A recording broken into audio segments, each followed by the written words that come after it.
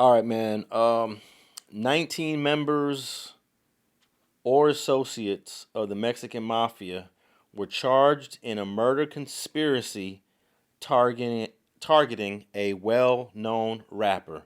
That's the title of this article. And that well-known rapper was Swifty Blue from Paramount, who himself was on No Jumper for a minute before you got on there.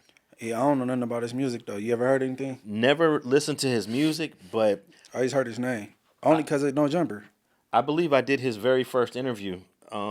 This was in 2020, Mm. and he was okay. This is when what year? Okay, this is when a couple of Hoovers were assaulting the Mexican ladies that were selling the elote. I can't remember what year that was. I remember that though. Yes, it's on my channel. I believe it was 2020, and I did a video where I pulled up in the Hoovers, and it was Jap Five. This is the first time I met Jap Five.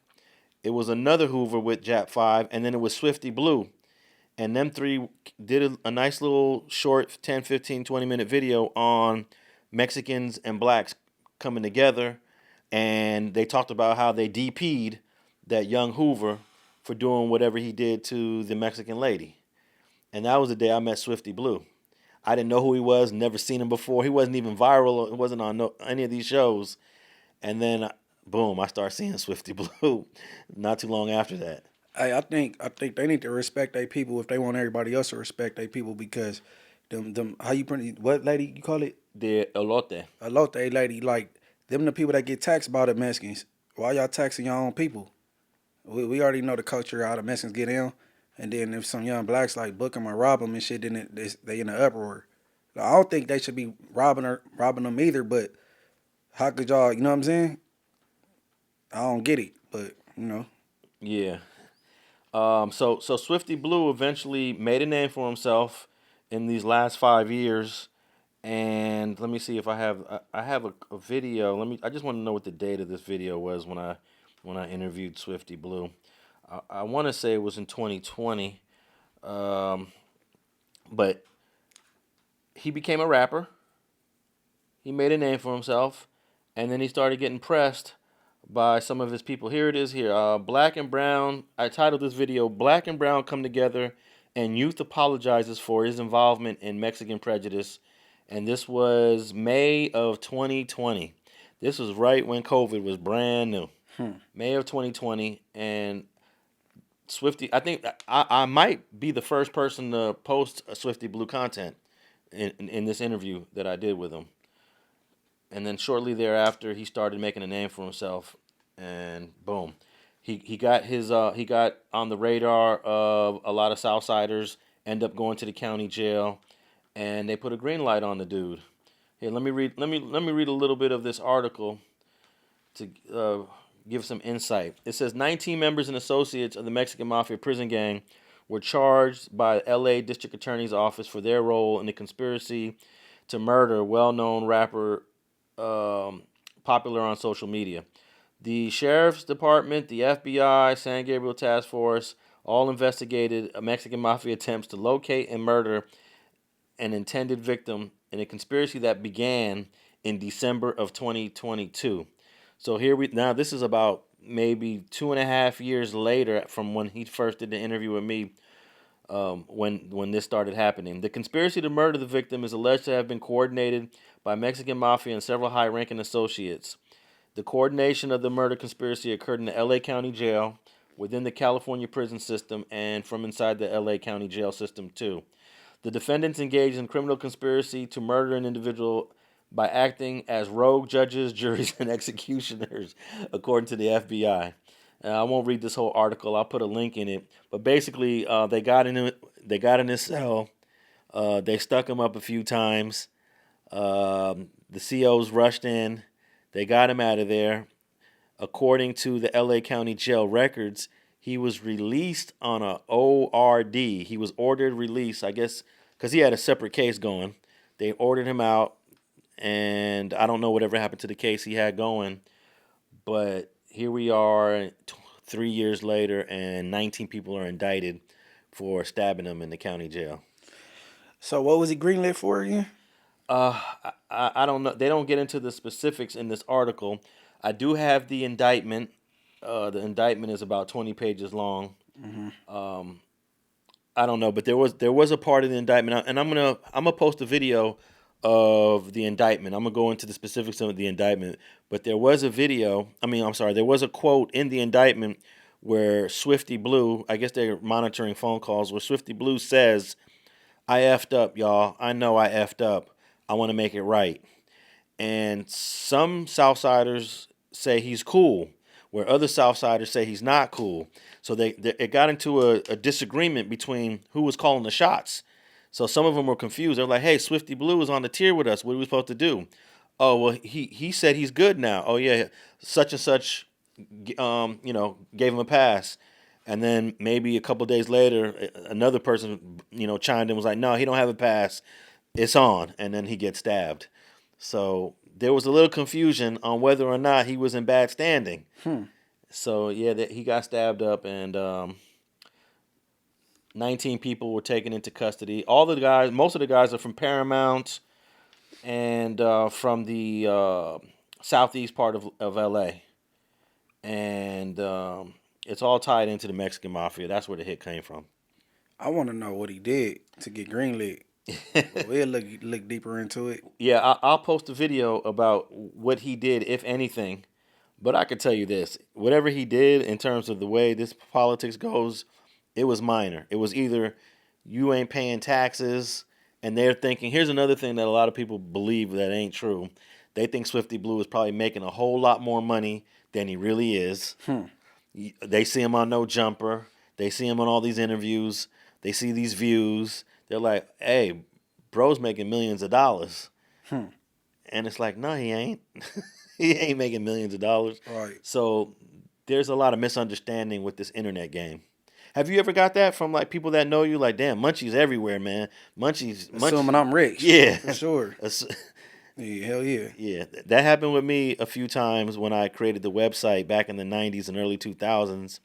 Yeah, we ain't gotta say his name, but one person said, "Man, he making millions off us." Yeah. There was a dude here in L.A. Right. that he came home from jail and had, this man Alex Alonso's making millions and millions of dollars off his website. Somebody tried to tell him, "Nah, that's not the way it goes." And he was like, "Nah, hell no, that's exactly the way it goes." And eventually I crossed paths with the dude, and I had my back and forth with him. And then there was another one that's an actor, and he said you made millions off him, and he think you owed him some money. Hey, we could say his name. I got no problem saying his name. But yeah, I'm doing a documentary in the Hoovers with H Crown, and this dude pops up, DeAndre Bonds. I did an interview with DeAndre. Stacy from the Wood, right? Okay, look, I did an interview with DeAndre Bonds when he was in prison over the phone when everybody forgot about him. I put the clips up, and everybody in the comments was like, "Oh, I always wondered what happened to him." He had already been in prison for like 5 years at that point. And him and I were good when he was in prison. He would say, "Hey, man, can you go to my mom's house, get a box of pictures, scan them for me, and put them on my MySpace page?" I was like, "For sure." I was doing all the little things for him, little errands, whatever he needed to help the fans keep remembering him while he was doing his prison time. Dude gets out of jail, sees me over there in the Hoovers, and wants to go on a tirade about how much money I made off of him. Oh yeah, okay. We was in the parking lot of the Hut. Yeah. And then some of the dudes from Hoover had to tell him, "Hey man, kick back." But I'm gonna say this though, he was drunk. Right. I could smell the alcohol on his breath. Right. And then he hit me up on Instagram, and he just hit me up saying, "What's up?" Like something real brief. "What's up?" And then I responded. I was like, "Well, what's up with you? You still got a problem?" And then he blocked me. So, man, DeAndre Bonds, wherever you at, man, I hope you're doing well. I did nothing but help you when you was in prison. I did nothing but try to give you an internet presence when nobody was doing that for you, bro. I went to your mama's house, got photos and scanned them for you, put them on the internet for you. I created a MySpace page for you. I sent you the password for the MySpace. I mean, I did so many things. And for him to get out of prison and the first thing he does is try to woof, I was a little disappointed in the brother.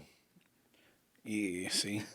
Yeah, I didn't know. I didn't know all this you just said it. You know what I'm saying? I just know the beginning part. I didn't know you did all this for him. Yeah, and I'm sure people thought Swifty Blue was probably making millions of dollars, and Right, and that's going to be an issue, especially when you're dealing with the Mexican Mafia. right. You know, you representing a Southsider hood in Paramount. Oh, you better kick up to the big homies, Mm-hmm. and it didn't work out for him. I wonder what his status is now. That's my question. What's up with Swifty Blue now? Shit, I wouldn't be sitting down with him at no jumper.